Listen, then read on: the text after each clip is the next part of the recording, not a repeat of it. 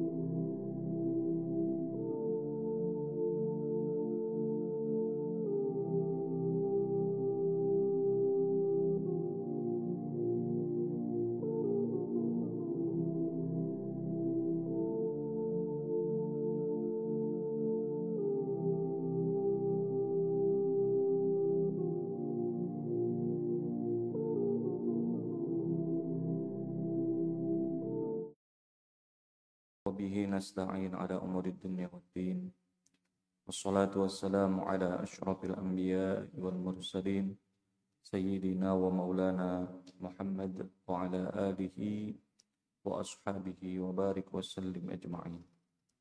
اللهم أخرجنا من ظلمات الوهم وأكرمنا بنور الفهم وافتح علينا بنور العلم وسل أخلاقنا بالحلم.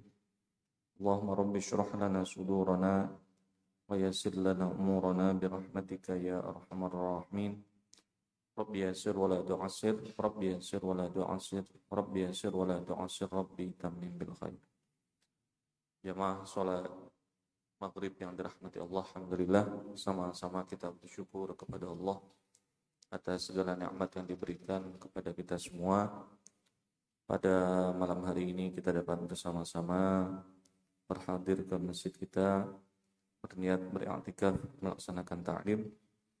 Mudah-mudahan apa yang kita kerjakan pada malam hari ini menjadi asbab dosa-dosa kita diampuni oleh Allah Subhanahu wa taala. Segala hajat kita dikabulkan, kita semua diberikan kesehatan, keafiatan, keselamatan, keberkahan.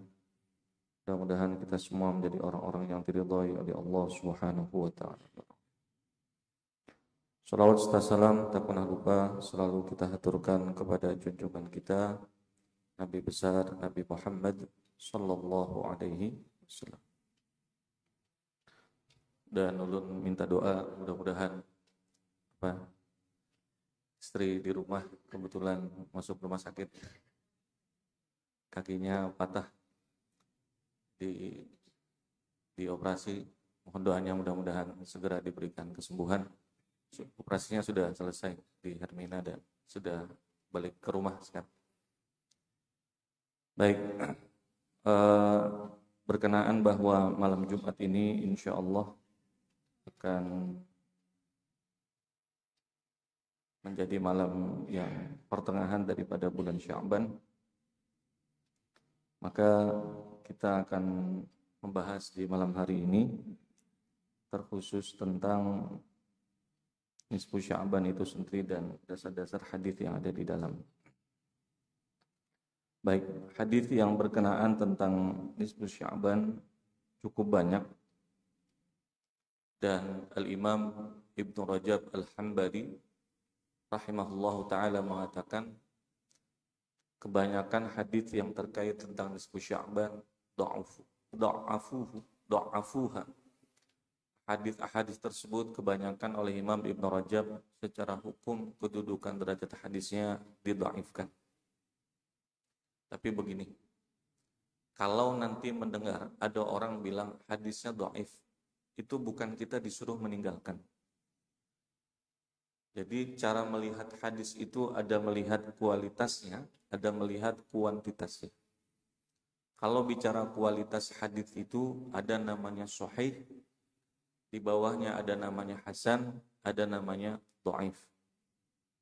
Kalau kuantitas hadis itu nanti macam-macam. Ada hadis namanya hadis mutawatir. Berapa nih yang meriwayatkan? Kalau jumlahnya 3 atau lebih 10 ke atas disebut dengan hadis mutawatir. Ada yang nanti disebut dengan hadis aziz yang meriwayatkan 2 atau berapa. Ada yang disebut dengan hadis ahad yang meriwayatkan cuma 1. Tapi apakah ketika dikatakan perawinya cuma 1 terus kita bilang, oh ini enggak. Pian kalau pernah dengar hadis innamal a'malu binniyat, itu disebutkan bagian daripada hadis ahad yang meriwayatkan 1 tapi kuatnya luar biasa. Nah, sama dengan hadis yang dhaif. Hadis yang dhaif itu bukan berarti hadis-hadis itu untuk kemudian ditinggalkan. Dah. Kalau hadis itu terkait tentang fadhailul a'mal, terkait tentang keutamaan dalam melakukan suatu amalan, 1. Yang kedua, tidak terkait dengan hukum, nisfu Sya'ban, tidak terkait dengan hukum. Kita disuruh baca. Dan ada hadis hadis umum yang melindungi terhadap apa yang kita kerjakan di malam itu. Dan kebetulan juga bukan berkaitan dengan aqidah, bukan berkaitan dengan tauhid. Makanya Al-Imam, tadi itu pengantarnya begitu ya Pak. Siapa yang bilang begitu? Al-Imam Ibnu Rajab Al-Hambali rahimahullahu ta'ala. Tapi kata Al-Imam Ibnu Hibban, beliau mengatakan bahwa hadits-hadits yang terkait tentang nisfu Sya'ban. Menurut Imam Ibnu Hibban, hadisnya adalah masuk dalam kedudukan hadis yang sahih. Menurut versinya Imam Ibnu Hibban. Makanya beliau masukkan hadis tentang nisfu Sya'ban itu dalam sahih hadisnya Al-Imam Ibnu Hibban rahimahullahu ta'ala. Kesimpulannya, yang paling penting apa yang sudah kita kerjakan biasa di malam nisfu Sya'ban itu sudah ada sandaran hukumnya dan sudah ada dalil am yang membawahi dari apa yang kita kerjakan di malam nisfu Sya'ban itu sendiri. Baik, yang pertama hadis terkait tentang nisfu Sya'ban adalah hadis yang disampaikan dari sahabat, ditakhrij oleh Imam At-Tabrani dan Imam Ibnu Hibban. Tadi sudah disampaikan, disahihkan oleh beliau dari sahabat Mu'adz bin Jabal radhiyallahu anhu. Nabi sallallahu alaihi wasallam bersabda, qala yattali'u Allahu ila jami'i khalqihi lailatan nisfi min Sya'ban fayaghfiru li jami'i khalqihi illa li musyrikin aw musyahin. Baik. Bahwa Allah Subhanahu wa taala pada malam nisfu Sya'ban, memahami hadis ini, itu akan melihat-lihat hambanya. Kebetulan jatuhnya di malam Jumat. Jadi malam Jumat nanti yang mau ada planning berjalan rekreasi di stop dulu malam Jumat itu.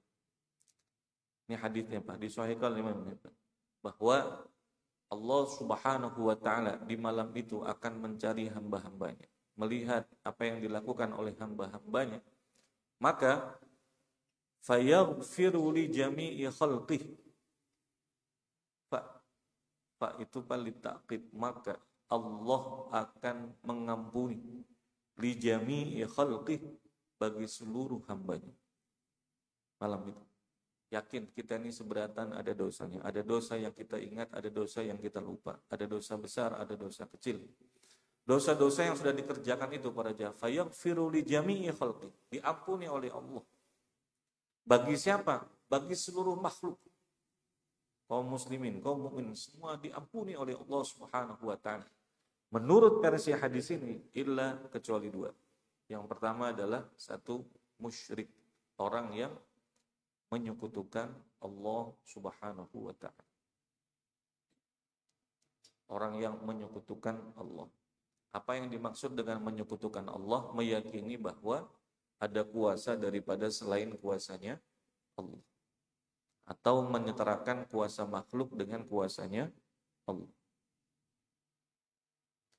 Yang kedua, orang yang tidak akan diampuni di malam itu, artinya bila disebutkan dalam hadis ini, siapa yang tidak diampuni, kalau ada maka berhenti, bertobat kepada Allah Subhanahu wa taala. Yang kedua adalah musyahin. Apa itu musyahin? Musyahin itu syahan. Syahan itu artinya pemanas. Yang tahukah kalau ada gelas terus dimasukkan alat listrik itu langsung panas, Pak? Itu disebutnya syahan. Musyahin. Musyahin itu adalah orang yang senang memanaskan situasi. Orang dingin aja, bilainya datang panas tuh. Orang itu damai aja. Cuma bilainya masuk dalam grup berkelahinya. Siapa-siapakah di bawahnya berkelahi? Kalau di sini diartikan, yang dimaksud dengan musyahin itu adalah yuqidu naral adawati bainal mutahabbaini atau mutahabbin. Orang yang membangkitkan api kebencian, permusuhan di antara orang yang sebelumnya mutahabbaini atau dua orang yang saling mencintai, atau mutahabbin, orang-orang yang sebenarnya damai. Kan ada begitu. Orang kan ada yang bahasnya. Kan ada yang begitu berkelahi. Saya pengen lihatin. Beritanya itu bagus. Komentar pertamanya bagus. Ada komentar yang ketiga panas, komentar keempat, komentar kelima berkelahi, komentar keenam berkelahi. Itu musyahin tuh. Orang damai aja di grup itu. WA. Tadi orang duduk segala macam damai sebenarnya. Begitu sini datang Sana berkelahi, sini berkelahi. Ini musyahid. Tidak akan diampuni dosanya oleh Allah Subhanahu. Yang gawian-gawian begini para jamaah. Yang gawian-gawian itu orang damai, aman, segala macam. Tiba-tiba dipanasi seperti itu. Hati-hati. Dosanya itu luar biasa. Nah, kalau nanti dikumpulkan, ulun sikatkan aja. Siapa-siapa saja yang tidak diampuni di malam itu, diantaranya adalah zanin. Orang yang berzina. Tidak bertobat kepada Allah, malam itu juga tidak akan diampuni. Syarib. Syarib itu orang yang terlibat dengan minuman keras atau dengan sesuatu yang memabukkan. Ada hadis, Pak. Hadis itu menjelaskan minuman keras itu siapa yang terlibat di dalamnya dilaknat oleh Allah. Awal hadisnya itu la'anallaha, Allah akan melaknat siapa yang terlibat minuman keras itu, makna hadisnya. Siapa saja? Satu, peminumnya pasti. Wa'asiriha, orang yang memerasnya, terlibat dalam apapun di dalamnya, termasuk nanti menjualkannya, termasuk yang membelinya. Ulun kada menjual, ulun kada minum, tapi menjual aja sama. Baca aja pian hadisnya. Ulun kada minum, kada mengolah, kada menjual, kada membeli. Tapi ujar yang menjual, kebetulan Pak Haji, toko ulun ini, yang berjualan ini, alhamdulillah untungnya banyak. Ulun hendak berzakat 2,5%. Berapa itu 2,5%-nya? 250 juta. Ini gasan pian. Tapi hasil minuman keras. Dapatkah laknatnya itu, Pak? Tapi 250 juta. Sama para jemaah. Bahkan ada yang begini. Wahamiliha, orang yang membawanya. Minum kada, apa kada, nikmati kada, tukang bawa aja. Sama. Wa amiri hamiliha, maknanya itu. Apa itu, Pak? Aku sudah belajar, meminumnya berdosa, menjualnya berdosa, membawanya berdosa. Jangan aku yang disuruh, ikam suruh itu aja. Nah, menyuruh itu, Pak, sama. Pak. Jangan, Pak, jangan terlibat sama sekali. Anu aja bisa, mudah-mudahan kita semua dijauhkan mereka. Syarib, orang yang minum kalau tidak bertobat pada Allah Subhanahu wa taala. Selanjutnya, yang tidak akan diampuni di malam itu adalah aqin liwalidayhi. Orang yang aqin. Aqin itu apa? Orang yang durhaka kepada orang tuanya. Jadi kalau orang tua masih hidup, malam nisfu Sya'ban setelah asar, sebenarnya tiap hari lah kita halal minta ridho dengan orang tua. Mohon doanya, mudah-mudahan sedikit kebaikan yang kita lakukan itu bisa dianggap sebagai sedikit amal kebaikan, sebagai bentuk bakti seorang anak kepada orang tua. Lagi dalam beberapa riwayat disebutkan orang yang tidak diampuni di malam nisfu Sya'ban adalah qati'ir rahim, qati'ir rahim, qati'ir rahim, orang yang memutus silaturahim. Bilanya ada betaguran, bila bertemu di tengah jalan, satu belok kanan, yang satu belok kiri. Kalau bertemu di atas jembatan itu, satu arah sana, satu arah sini. Aku lebih daripada bertemu, lebih baik bercabur ke sungai itu. Wah, apa ini? Ini kalau ada begini, Pak, tidak diampuni. Makanya di pondok itu, Pak, bila malam nisfu Sya'ban, setelah sholat Isya, yang bersalaman itu kayaknya 45 menit belum tuntung, Pak. Belum selesai. Allahumma sholli ala Muhammad, Allahumma sholli salaman. Itu 45 menit belum selesai. Kenapa, Pak? Semuanya bersalaman. Kawan menangis. Aku minta halal, minta ridho. Curiga kawan ini. Ikam kenapa ini minta halal, minta ridho? Ikam ingatlah. Indomie ikam hilang 3 kemarin, aku ambil itu. Itu malam itu berelaan, semua dimaafkan, semua diikhlaskan.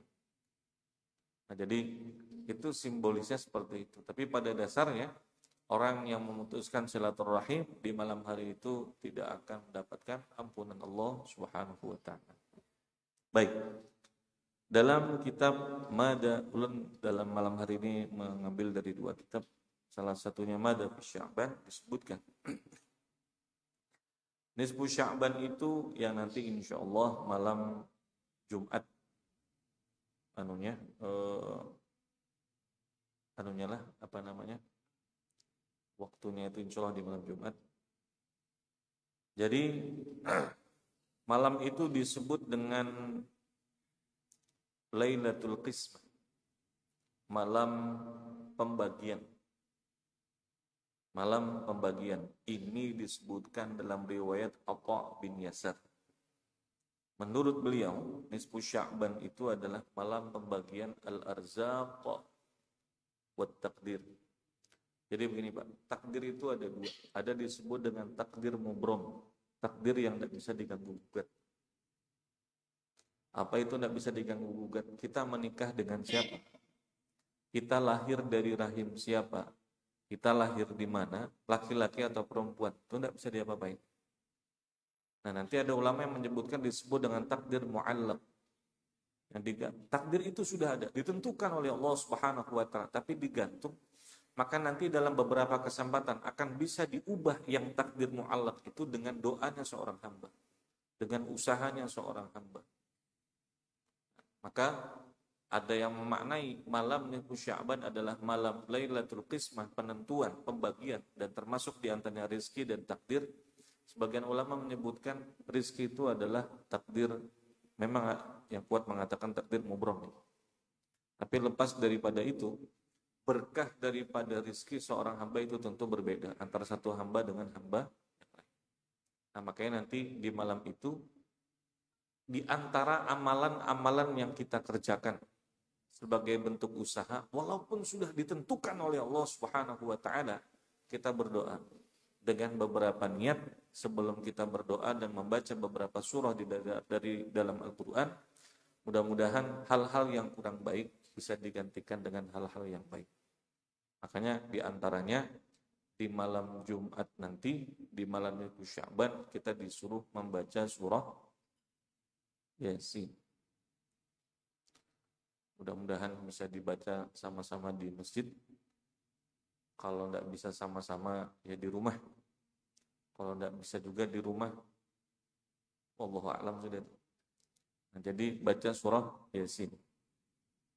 Surah Yasin itu dibaca dengan niat 3. Niat yang pertama, ini bolak-balik lah. Niat yang pertama berniat mudah-mudahan diberikan umur yang panjang beserta dengan nikmat taufik dan hidayah dalam ketaatan dan ketakwaan kepada Allah dalam umur yang panjang itu. Satu, dan berniat mudah-mudahan diberikan kekuatan iman.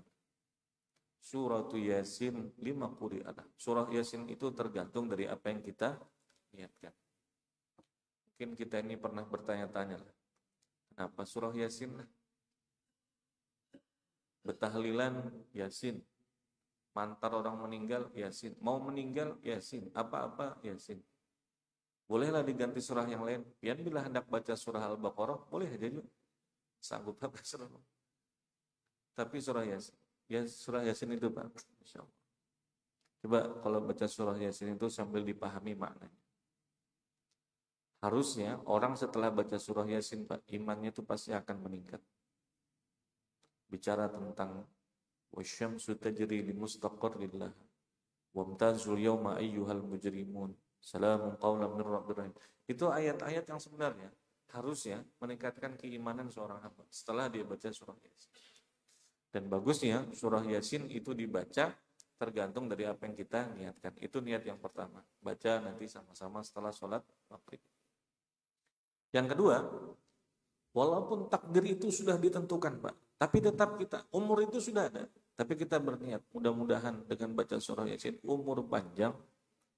Dalam umur yang panjang itu diberikan keberkahan dalam takwa dan taat kepada Allah. Yang kedua, berniat di malam itu membaca surah Yasin di bagian yang kedua dengan niat biniyatil ismati minal afati wal ahad, dijauhkan daripada bala dan musibah.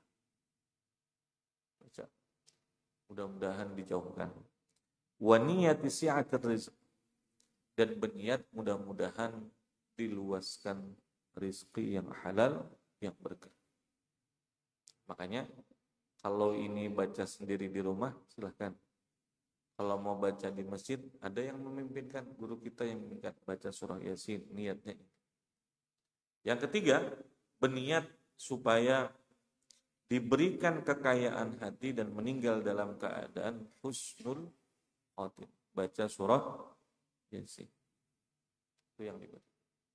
Baik, itu satu amalannya. Yang kedua, ini amalan nisfu Sya'ban. Jadi Pak, kalau di pondok itu malam nisfu Sya'ban. Anak-anak yang baru lulus SD itu, baru lulus kelas 6, satu SMP, itu masih kecil-kecil itu Pak. Bila malam nisfu Sya'ban di pondok, itu datang sebelum sholat maghrib, berhampar sejadah itu. Ya apalah itulah. Itu bawa termos yang gede begini. Isinya kopi, Pak. Ini sampai subuh kayaknya kawan kita ini. Termosnya sini nah. Ini cukup berapa orang ini? Cuma apa namanya lah, kesemangatan mereka tuh dalam mengisi malam nisfu Sya'ban itu luar biasa. Nah, paling gampangnya pian baca surah Yasin sebanyak 3 kali. Nah, kalau hadis yang tadi disebutkan dan disahihkan oleh Imam Ibnu Hibban, dan ini banyak redaksi hadisnya, Allah akan mengampuni dosa di malam itu. Maka berarti amalan di malam itu adalah amalan-amalan apa yang kita kerjakan sekira-kira. Kalau itu dikerjakan, dosa kita diampuni oleh Allah Subhanahu wa taala. Di antaranya disuruh untuk melaksanakan sholat sunat tasbih. Sholat sunat tasbih. Pian baca Pak. Kalau pian mau baca hadis tentang sholat sunat tasbih dan termasuk takhrij ahkam dalam hadis, takhrij hadis dalam hadis itu, buka dalam kitab Hidayatus Salikin, tapi nanti yang ada takhrij hadisnya. Ada 2 riwayat tentang hadis sholat sunat tasbih itu, dan 2 itu menunjukkan tentang tata caranya. Makanya tata cara sholat sunat tasbih itu kan ada 2. Tapi intinya dalam setiap rakaat kita membaca 75 maksud. 75 dalam setiap rakaat. 2 rakaat 150, 3 rakaat 4 rakaat, maka berarti 3 subhanallah walhamdulillah wala ilaha illallah Allahu akbar. Itu kan yang kita baca. Nah, ketika sholat sunat tasbih itu Pak, kalau pian baca redaksi hadisnya, dosa-dosa kita itu insya Allah diampuni oleh Allah. Yang dulu, yang lupa, sengaja, tidak sengaja, kita niatkan itu bentuk tobat kita kepada Allah Subhanahu wa taala. Maka bahkan di situ Pak, yang besar, yang kecil diampuni oleh Allah Subhanahu wa taala. Makanya nanti di malam itu usahakanlah nanti teknisnya bisa setelah sholat sunat ba'diyah langsung sholat sunat tasbihnya Pak, bilanya sudah terduduk, ngalih berdiri. Duduk sudah nah, sholat sunat ba'diyah, baca Yasin 3 kali, suruh berdiri sholat sunat tasbih, berat sudah itu. Tapi ada yang sholat sunat ba'diyah maghrib, langsung dilanjut sholat sunat taubat, sholat sunat tasbih, baru setelah itu melaksanakan membaca surah Yasin yang 3 kali. Kalau memang bagusnya memang sholat sunat tasbih ini setiap hari itu dikerjakan. Bagusnya, saya tahu Pak, ada orang, guru saya beliau, itu beliau setiap hari Pak sholat sunat tasbih. Saya perhatikan habis maghrib selalu sholat sunat tasbih. Sholat sunat tasbih. Tempat saya kuliah itu setiap hari bulan puasa, setelah sholat sunat ba'diyah maghrib itu pasti sholat sunat tasbih. Kita mikirnya sholat sunat tasbih itu lama, cuma karena sudah kebiasaan Pak, dia sebentar aja selesai. Kalau tidak bisa setiap hari Pak, maka paling tidak minal jumu'ati ilal jumu'ah, dari Jumat ketemu Jumat 1 minggu sekali, malam Jumat bareng, atau hari apa aja. Tidak bisa seminggu sekali, maka sebulan sekali Pak. Tidak bisa sebulan sekali, yang mudah-mudahan nenek malam nisfu Sya'ban setahun sekali. Kalau masih tidak sempat juga para jamaah, ya sudahlah. Seumur hidup sekali. Kalau seumur hidup tidak pernah juga, nah itu terserah aja sudah lagi. Nah, jadi di antara yang dikerjakan di malam itu baca apa tadi Pak? Baca surah Yasin. Kemudian membaca surah Yasin itu disuruh Pak buat dibaca. Disuruh dibaca. Itu adalah qalbul Quran, hatinya ke Quran. Salat sunat tasbih. Dalil umum tentang salat sunat tasbih itu juga ada. Baik. Yang ketiga, nah ini yang bisa sering dilakukan. Membaca di malam itu dengan zikir. Hadis ini disebutkan oleh Imam Ad-Dailami dalam Musnad Firdaus. Rasul sallallahu alaihi wasallam dari sahabat Abdullah bin Abbas radhiyallahu anhu. Ini hadisnya Pak. Jadi yang kita kerjakan itu mana dalilnya? Ini hadisnya. Laqad kana du'a'u akhi Yunus ajiba. Sungguh adalah doa saudaraku Nabi Yunus alaihi salam. Ajiba, ajib.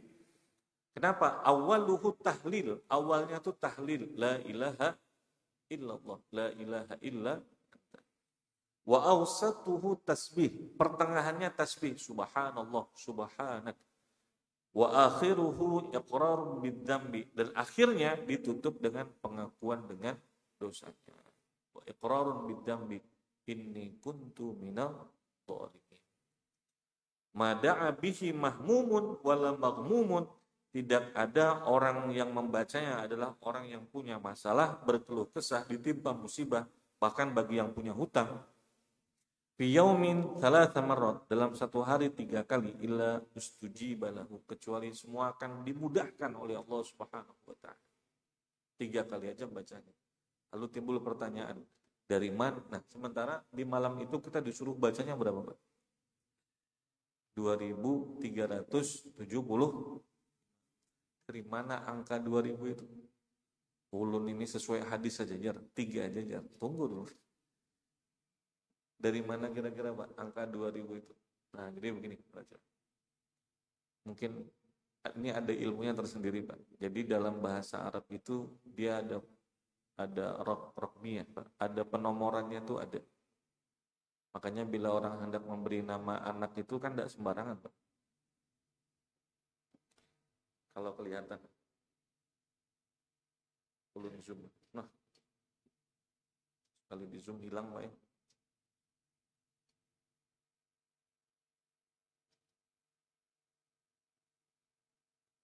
Nah, lihat ini Pak. Jadi ada hitungannya. 68, 483, 141, 531, 1152. Kesimpulannya ketemulah di angka 2375. Mungkin kita kada tiap hari terbaca ini para jamaah. Dan doa ini menarik. Ini para jamaah, ini kan doanya Nabi Yunus. Nabi Yunus diperintahkan oleh Allah, belum ada perintah dari Allah untuk keluar dari kampung. Jangan keluar. Baru nanti akan keluar kalau perintahnya datang.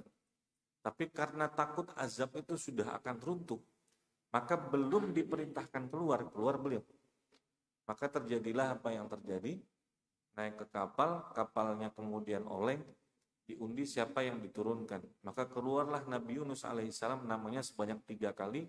Itu bukan suatu kebetulan kalau nama itu sudah keluar sebanyak 3 kali. Begitu kemudian dilepaskan di tengah lautan, beliau merasakan dengan 3 hal. Yang pertama, gelapnya malam.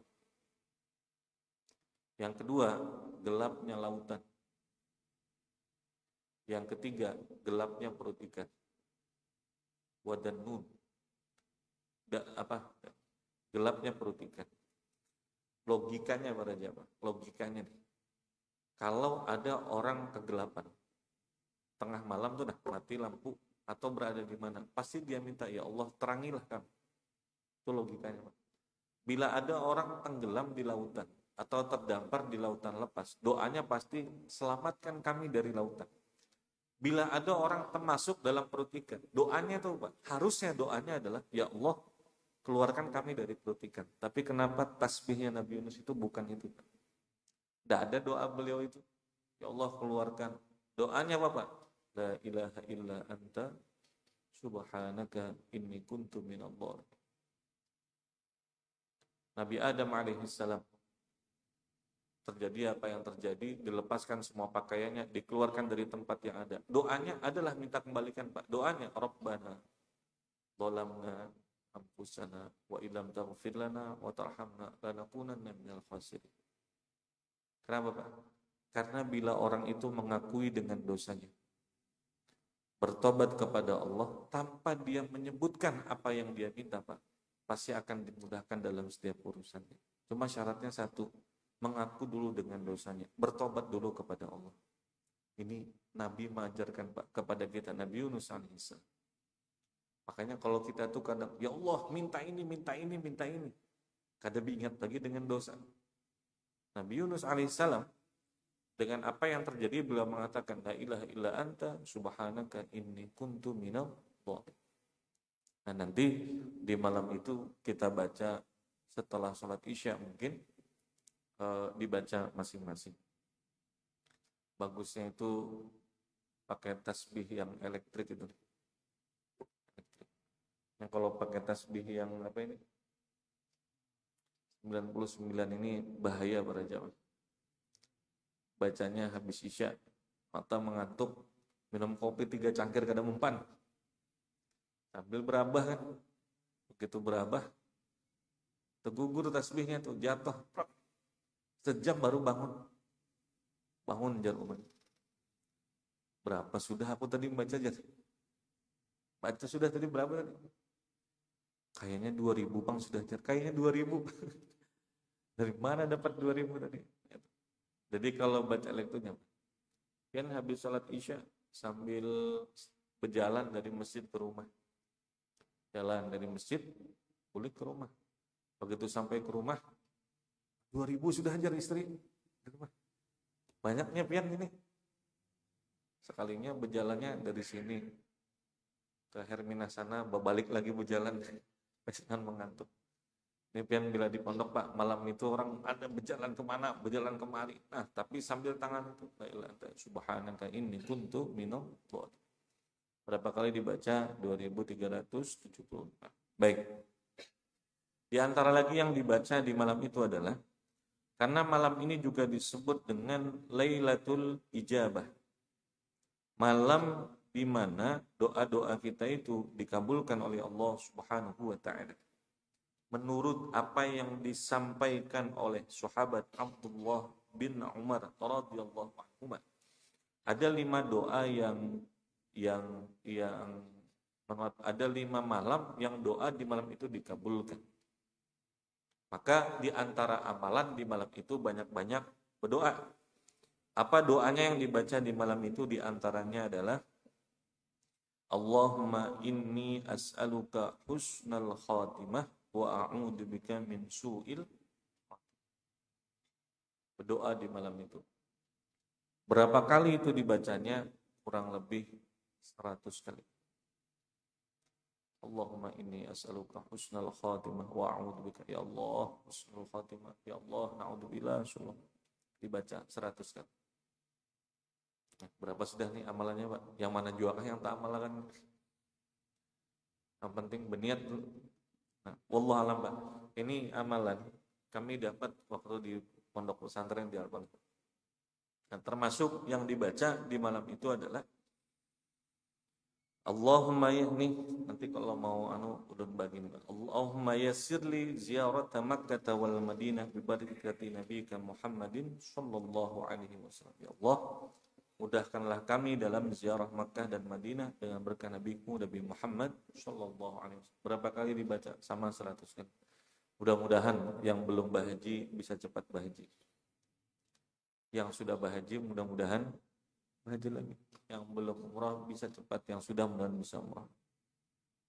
Baik, termasuk nanti dibaca di malam itu karena adalah Lailatul Qismah, malam pembagian, maka membaca Ya Fattahu Ya Razzaqu Ya Alim. Jadi minta rizki itu bukan cuma rizki harta, tapi minta rizki futuh. Dibukakan kebersihan hati, dibukakan basirah kita itu, dan kemudian diberikan dengan rizki ilmu. Makanya yang dibaca Ya Fattahu Ya Razzaqu Ya Alim, Ya Fattahu Ya Razzaqu Ya Alim, Ya Fattahu Ya Razzaqu Ya Alim. Berapa kali dibaca? Aduh, sebanyak-banyak, Pak. 100 saja cukup. Ini kira-kira berapa menit baca ini? Ya Fattahu ya Razzaqu ya. Nah nanti kalau kalian mau lihat semuanya itu ada di sini, tinggal dibaca aja. Cuma ini kan banyak nih amalannya. Jadi membacanya itu santai aja. Jangan kayak dikejar target itu, jangan. Tapi jangan juga terlalu santai lah. Penting dibaca. Ada yang karena banyak ini melihat kawan di samping, "Ikam sampai mana sudah? Aku masih la ilaha illa anta. Ikam sampai mana sudah? Aku hendak selesai semuanya Pak sudah." Langsung bercepat Pak. Begitu bercepat, jam malaikat baca apa orang ini? Ada tercatat lagi sudah yang dibaca. Nah, catatan pentingnya adalah semua ini hukumnya adalah dianjurkan. Dianjurkan. Maka kalau ada perkara yang lebih wajib untuk dikerjakan, maka kerjakan yang lebih wajib. Apa contoh? Contoh, kan Mbak Amalan ini, Mbak Amalan sampai jam 4 subuh Mbak Amalan. Tahajud dikerjakan juga. Habis sholat tahajud, sahur. Habis sahur berabah. Habis berabah bangun jam 9. Kada sembahyang subuh orang ini. Ini namanya yang wajib ditinggalkan, yang dianjurkan malah bisa dikerjakan. Nah itu balik. Oke, nanti kalau memang pian bisa Mbak malam di malam itu paling kurang yang bisa dikerjakan. Aku kayaknya ada sempat malam itu. Kenapa? Sibuk. Ada kerjaan ini, ada yang harus ini, tidak bisa ditinggalkan. Ya sudah, paling tidak sholat maghribnya, sholat maghrib isyanya berjamaah dan sholat subuhnya itu paling kurang. Nah, selanjutnya besoknya di hari Jumatnya berniat berpuasa sunnah Sya'ban. Beberapa ulama menyebutkan dalam beberapa kitab, ada yang mengatakan bahwa berpuasa di bagian pertengahan akhir daripada nisfu Sya'ban itu tidak diperbolehkan bagi orang yang tidak mempunyai kebiasaan. Satu, ada yang memahami seperti itu. Ada yang kedua, kalau ya memang yang tidak mempunyai kebiasaan berpuasa di bulan Sya'ban. Nah makanya kalau nanti yang lain memahami yang dilarang itu bukan di pertengahan, tapi di bagian paling akhir di bulan Sya'ban, disebut dengan Yaumus Syak, hari yang ragu-ragu. Makanya nanti sebenarnya bagusnya itu kebetulan nanti jatuh di hari Jumat. Itu di hari Jumat. Maka puasanya itu ditemankan dengan hari selain dari Jumat itu. Nanti bagusnya sehari sebelumnya kita juga puasa. Maka nanti hari Kamisnya puasa, hari Jumatnya puasa. Kebetulan dengan Ayyamul Bid. Hadis tentang Ayyamul Bid itu ada. Berpuasa di Ayyamul pada saat bulan purnama itu sedang terang-terangnya, kita disunahkan puasa 3 hari di sana. Maka nanti hari Kamisnya puasa apa? Puasa sunnah Kamis. Dan setelah itu puasa Sya'ban. Hari Jumatnya puasa lagi. Jumatnya puasa. Nah, supaya nanti pada saat bulan puasa masuk itu kita sudah sangat siap dengan puasanya. Puasa jatuh hari apa nanti? Kira-kira ada yang tahu kan? Belum tahu. Oke, itu diantara amalan yang mudah bisa dikerjakan. Yang lain nanti silakan dibaca di sini. Mudah-mudahan kita semua panjang umur, sehat badan, diberikan umur yang panjang, disertai dengan berkah umurnya, taufik hidayah dalam ibadah dan taat kepada Allah Subhanahu wa taala. Kalau ada yang ingin sampaikan salah atau kurang utama, tinggalkan, ikuti pendapat yang lebih baik. Sallallahu alaihi wasallam maulana Muhammad wa ala alihi wa sahbihi wasallam. Alhamdulillahirabbil alamin. Fatihah.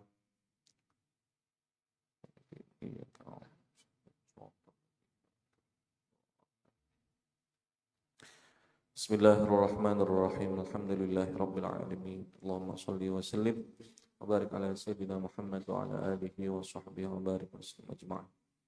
Allahumma inna nas'aluka ilman nafi'a wa 'amalan mutaqabbala wa rizqan halalan thayyiban اللهم إنا نسألك حسن الخاتمة ونعوذ بك من سوء الخاتمة. اللهم إنا نسألك رضاك الجنة ونعوذ بك من سخطك والنار. صلى الله على سيدنا مولانا محمد وعلى آله وصحبه وسلم. سبحان ربك رب العزة عما يصفون وسلام على المرسلين الحمد لله رب العالمين. تقبل الله منكم.